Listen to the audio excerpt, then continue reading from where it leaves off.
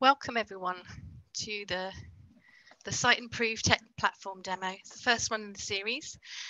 I'll just give it a couple of minutes for everyone to join.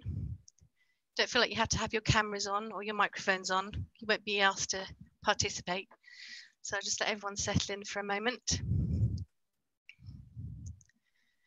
And I'll go through some housekeeping with you.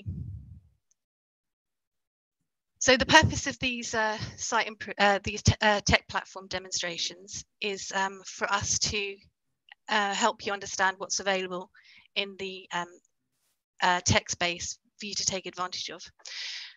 And the first tech demo today is going to be with Siteimprove, and we've got Marcus and Mischa with us today to give us a demonstration of their awesome platform. So I think I'll get started now. Before we get started, today's session is going to be about 30 minutes, including questions and answers at the end. Please keep your microphone muted throughout. We're going to have, well, you can access automatic closed captions, and you can do that by pressing the button at the bottom of your screen.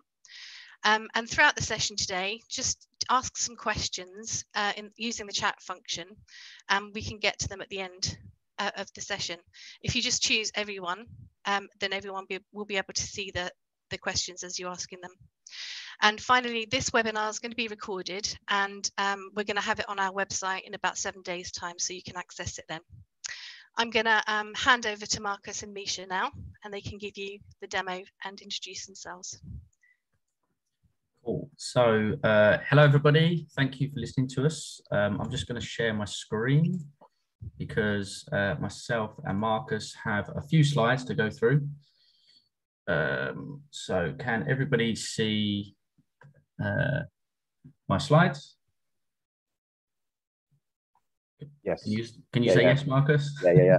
Everyone else is on mute, but yes, I can see them. Yeah, excellent. All good. Okay. Cool. Good morning, everybody. Welcome. Lovely to meet you all. So yes, we're here today to talk about accessibility and accessibility specifically for the arts and culture industry. So before we jump into that, just to maybe give you a bit of background about who we are and who I am and who Mischa is. So Siteimprove, we've been around for about 18 years. We are a software company. And we help organizations to achieve their digital potential, and that's across a number of different disciplines. So we're headquartered in Denmark. We have 600 employees across, I think it's about 13 offices covering 15 different countries, 7,000 customers, and we are helping those customers through a single solution.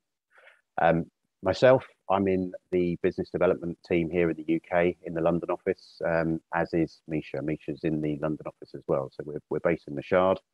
There's probably about 20 or so in the London office. But yeah, let's just give you a bit of an agenda.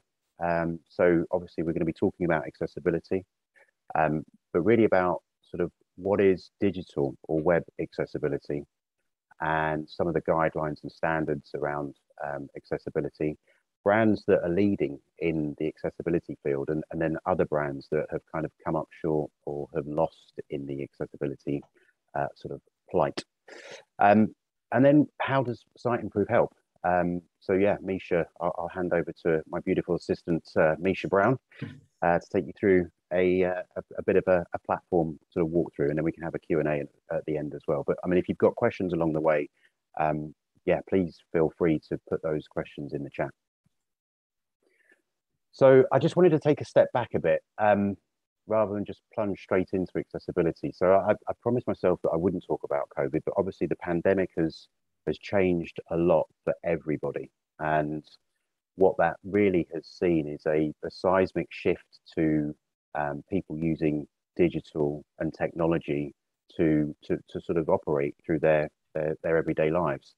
And if I look specifically at myself, at the start of the pandemic, when we were in lockdown, my daughters, who are 10 and 7, I actually set up a weekly session where we were watching Cirque du Soleil on YouTube. So we were actually consuming some of the arts through YouTube, as I'm sure, you know, thousands of other people were doing.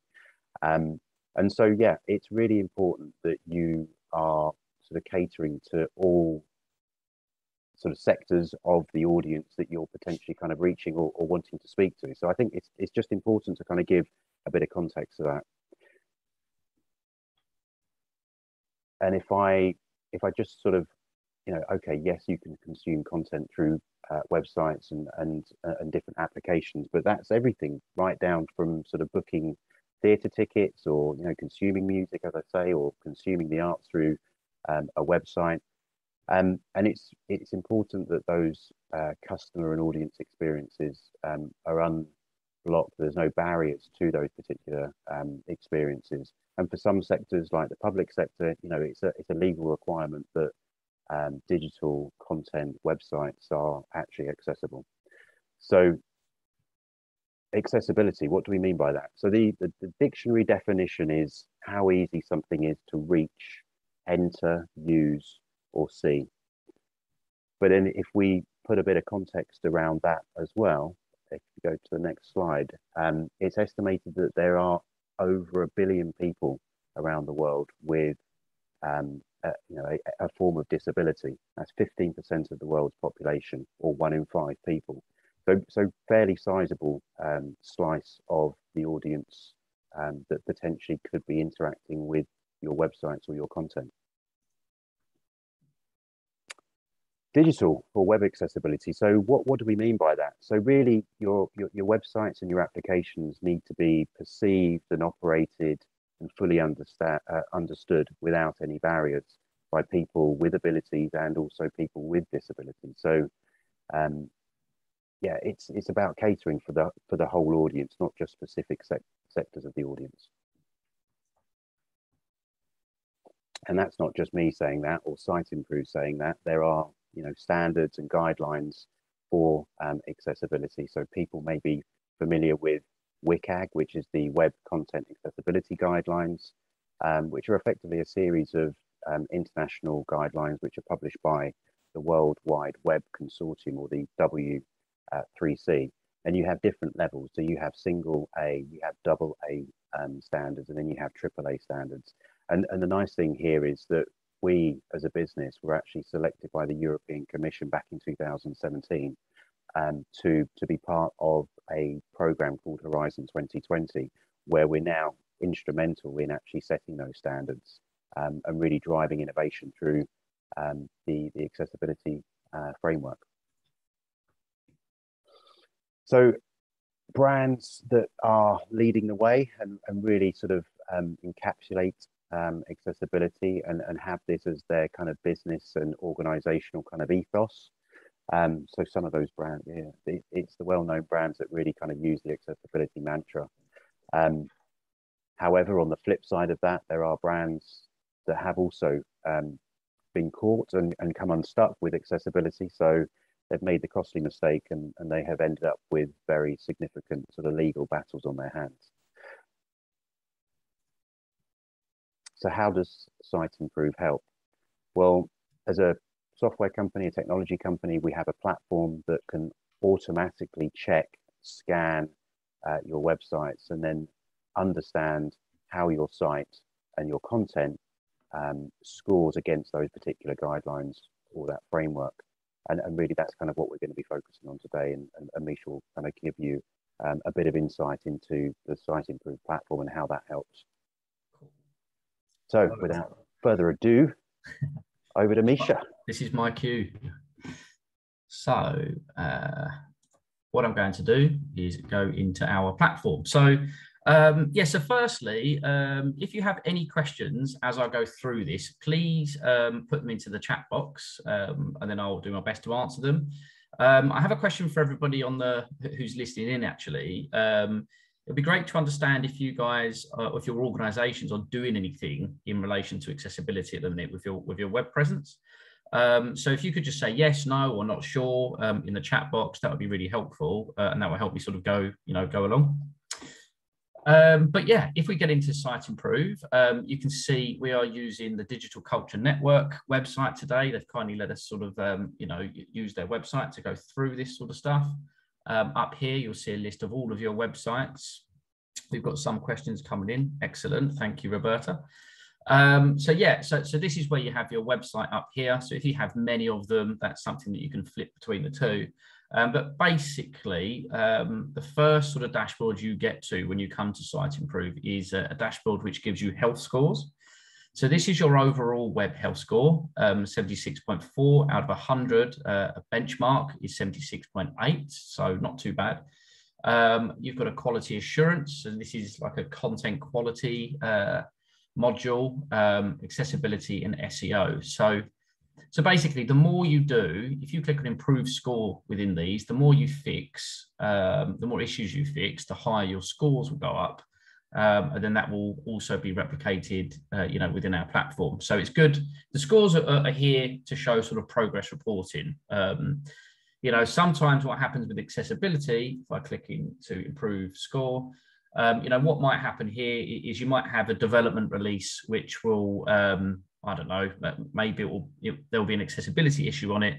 That release would have gone out to every single page on your website and, cause your score to go down. So it's good to sort of, look at that aspect of it, really. So it's great. I can see a few of you are doing stuff with accessibility. So I'll just carry on. But as we get into the accessibility module, I'm not going to go through everything because there is quite a bit to go through on Siteimprove, but I'll pick out the things which I think will be useful for today. So firstly, you can actually set a site target. So most organizations we work with tend to try and reach AA compliance. So you have to fix all of the A issues before you can be AA compliant, and then you've got to fix all the AA issues before you can be AAA compliant. So you can actually set a site target score here, and then we would only show you the issues that are that will go up to AA. We also have some best practices in here. So there's some YARA best practices, and we've got our own best practices as we're part of that. As we're part of the Horizon project and things like that, as we get more into it. So we do have this as well. So it's best to set your website up for success, really, as we call it at Siteimprove, when it comes to these sorts of aspects. So you will see a score history on the right-hand side. We've only checked the Digital Culture Networks, or DCN. I don't know if you call yourselves that for short, but we've only checked your website once. But up here, you'll see your score going up and down. So that's good for progress as well. So if this has dropped dramatically, you might know, there was a release that went, that was on the 10th of the 8th. Let's have a look at what happened there. And then you can kind of investigate a bit more within Siteimprove. So what I'm going to do throughout all of Siteimprove, really, you can use the left-hand navigation, or you can just click See All Issues. So here you can see the ones that checks that have been failed. These are the resolved issues that have been passed here. If I click on See All Issues now, what we're going to do is we're going to give you a whole list of accessibility issues that we've picked up. So we break these out. Obviously, you've got the conformance level. So you might want to look at your A's first, for example. That's one way of looking at it. But we also break this out based on responsibility, because you've got, there'll be different departments, maybe a development agency, for example. So that's a good question, actually, for everybody here. If you, if you can answer, does everybody use a development agency, or do you have in-house development to fix template issues on your website? So if anybody wants to answer that, that would be great. But basically, you can see we've broken these up into development, into content writing, visual design, etc., etc. So what's really important with accessibility is to triage. What you will do, or what will happen if you use something like Siteimprove, is you'll come across issues that you personally can't fix. So you have to tell somebody about it. So in Siteimprove, we actually integrate with other systems. So we integrate with Jira or DevOps, for example. A lot of development dev agencies. So agency, in-house, agency. Cool. There's a few agencies, one in-house I can see here. So with your development agencies, they may use Jira, for example. If you integrate with Siteimprove and their Jira profile, what you can actually do is log a development Jira ticket from Siteimprove. You'll get like a button come up here, and then you can send that into that development agency's workflow. If it's in-house, you can obviously do the same thing. You've probably got a little bit more of control if it's in-house, but that's a really good feature of streamlining the issues that you can't fix. And then you can use Siteimprove for progress reporting, basically. So what I'm going to do is I'm going to click on one of these issues now. Let's do links are not clearly identifiable. This is an A issue. This is visual design. So this could be for an agency or a tech team. I'm not sure. It's dependent on how your CMS is set up. If I click on this, what we will do is we will show you a list of all of the pages that have this issue on, show you how many points you can gain and how many occurrences there are. So there are 154 pages that has this on their website, and there are actually 2,500 occurrences.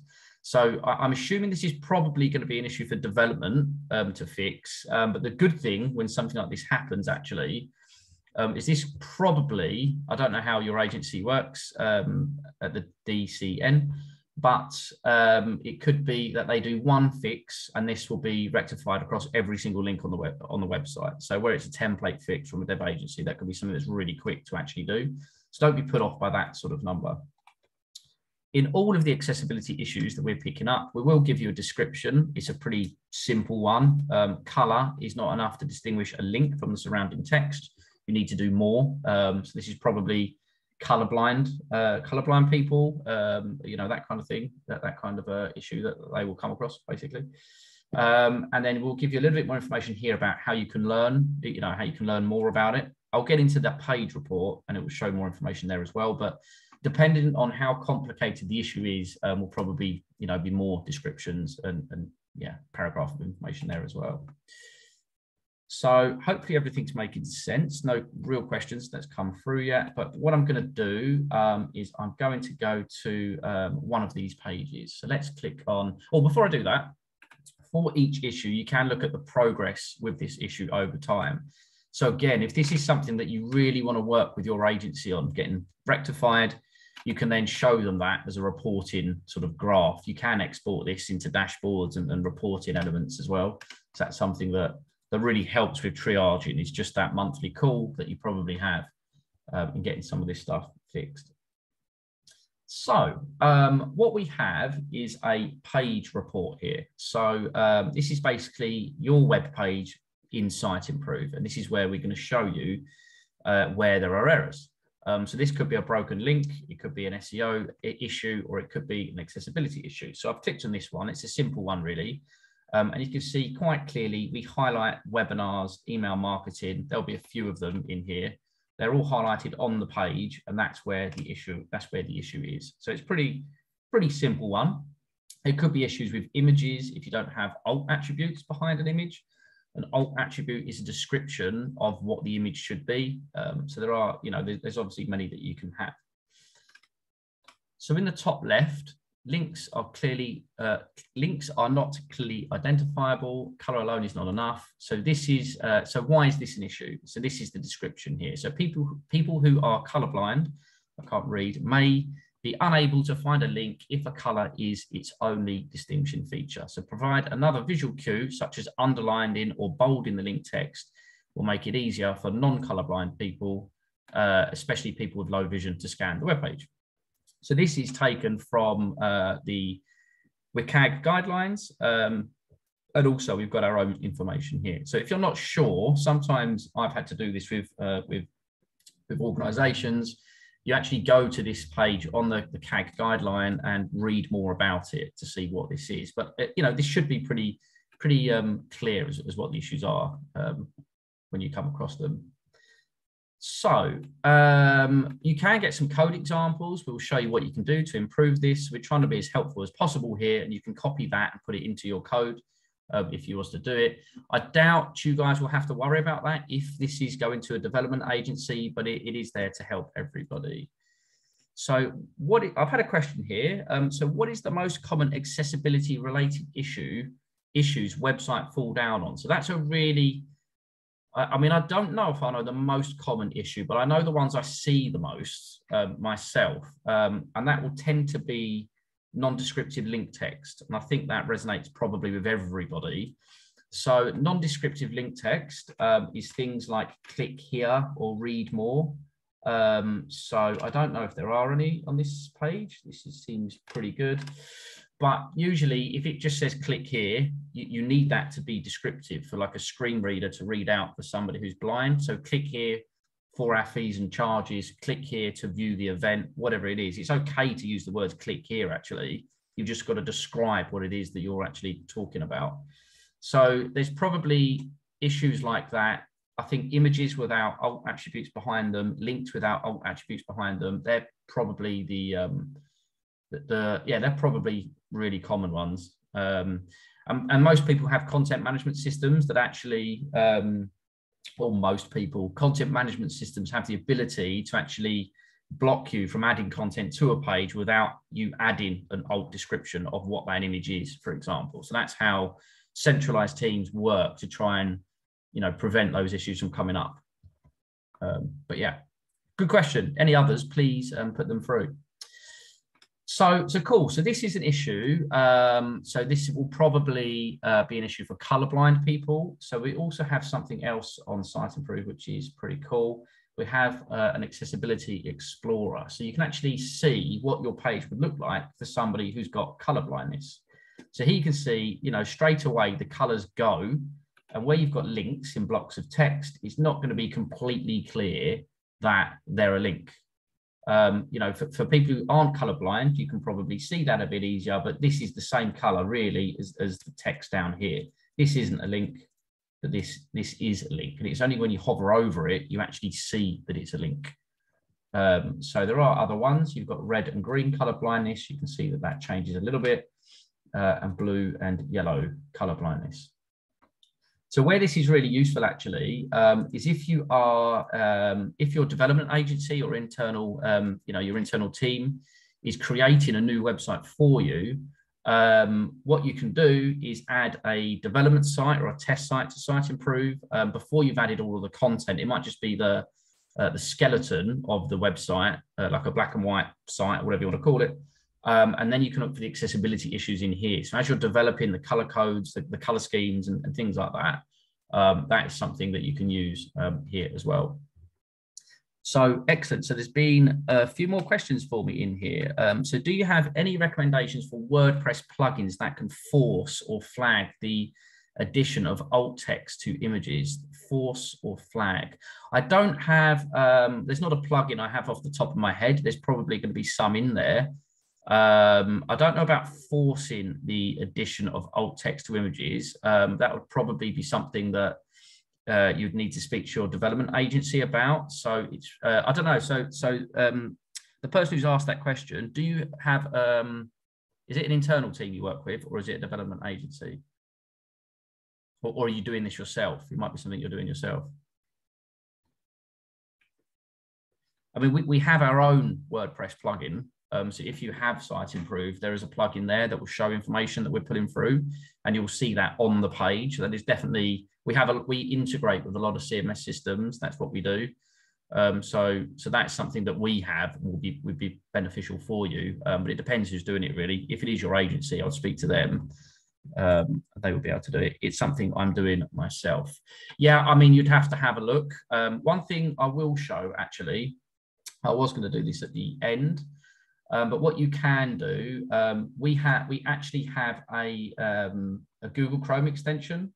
So if I click on this up here, all of the links at the end of this session, or everything I'm talking about, will be linked to. I think Francis might be linking to that, or somebody at the DCN. But basically, you'll have all this information here. So if you go into Google Chrome, you can actually run a check on a page here and see this information. So if you've got example, color contrast this is a AA issue. Here you can see these issues as you go along. So you can actually see that, and you can download that now. All of you can do that. Excellent. Thank you, Francis.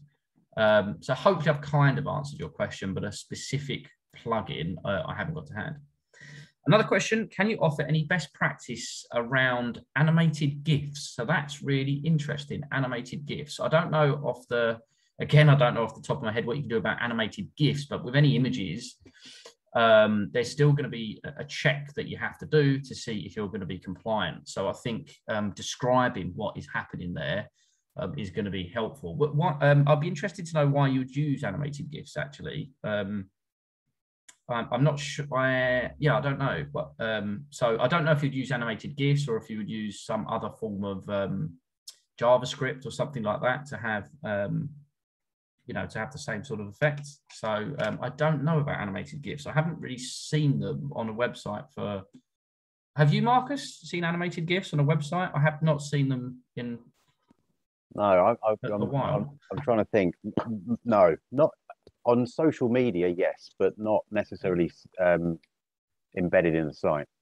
Okay, cool. So please, somebody let me know if I'm keeping to time, because I can't see that in front of me. But basically, the point I wanted to get across there really is you have issues in here.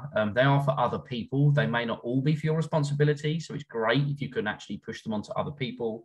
That's how you really maximize your accessibility efforts and improve the quality of your website. But what I've done is I've created a couple of dashboards. So if I just click on the dashboard here, I showed you the first one, which was the health score dashboard. I've created a dashboard for like a typical content author, web editor. I don't know what you want to kind of call that role. And I've also created one for development. So up here, you can see we have different dashboards. Basically anything in Siteimprove, you can put out yourself and put onto a dashboard. But what helps customers that we work with is to actually, there's a lot of noise in Siteimprove. There's a lot of errors, a lot of things you have to fix.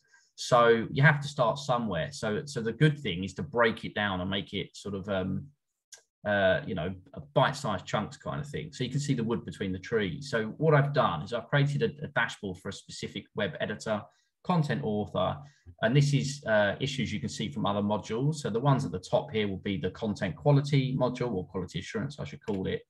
These are accessibility issues that are specific for content writing. So again, a content author.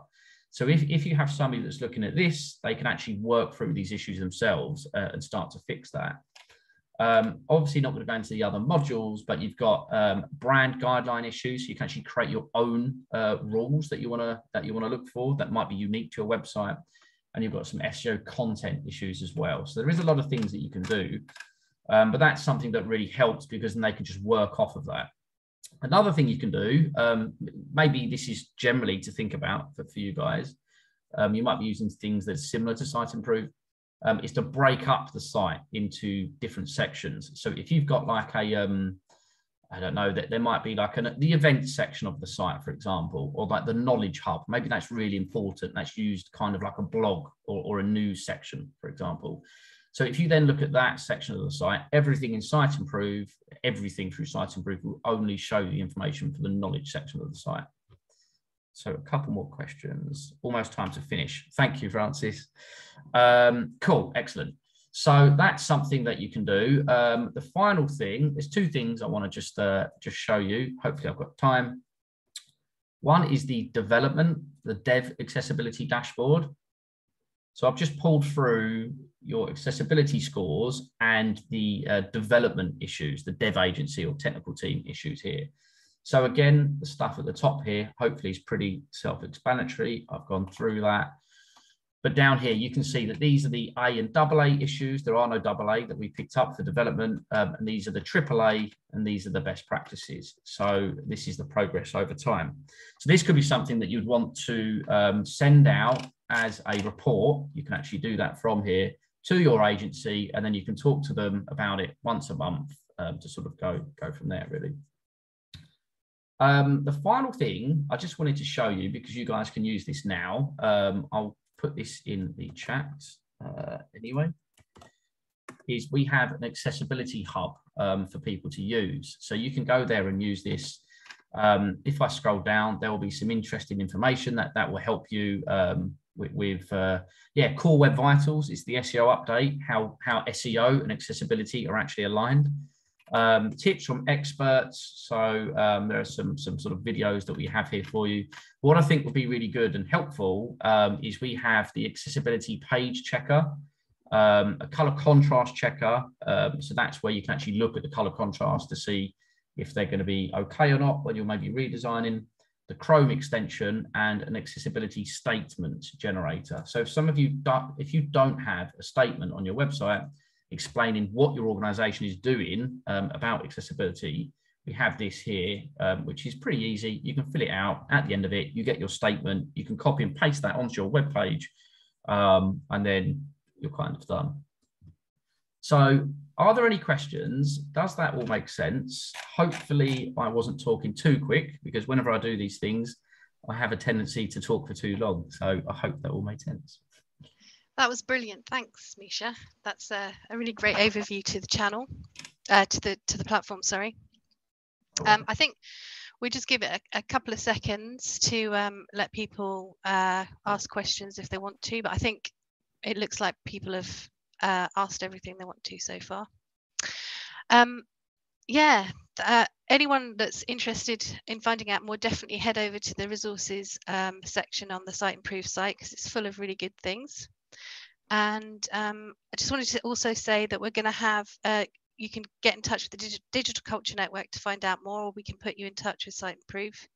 And also that we're going to have a little survey at the end of today's session, and we'd really appreciate some feedback, because this is one of the first tech demos that we've run so far.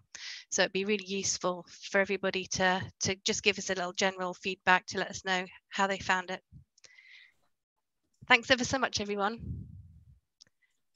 Thank you. It's been good to meet everybody.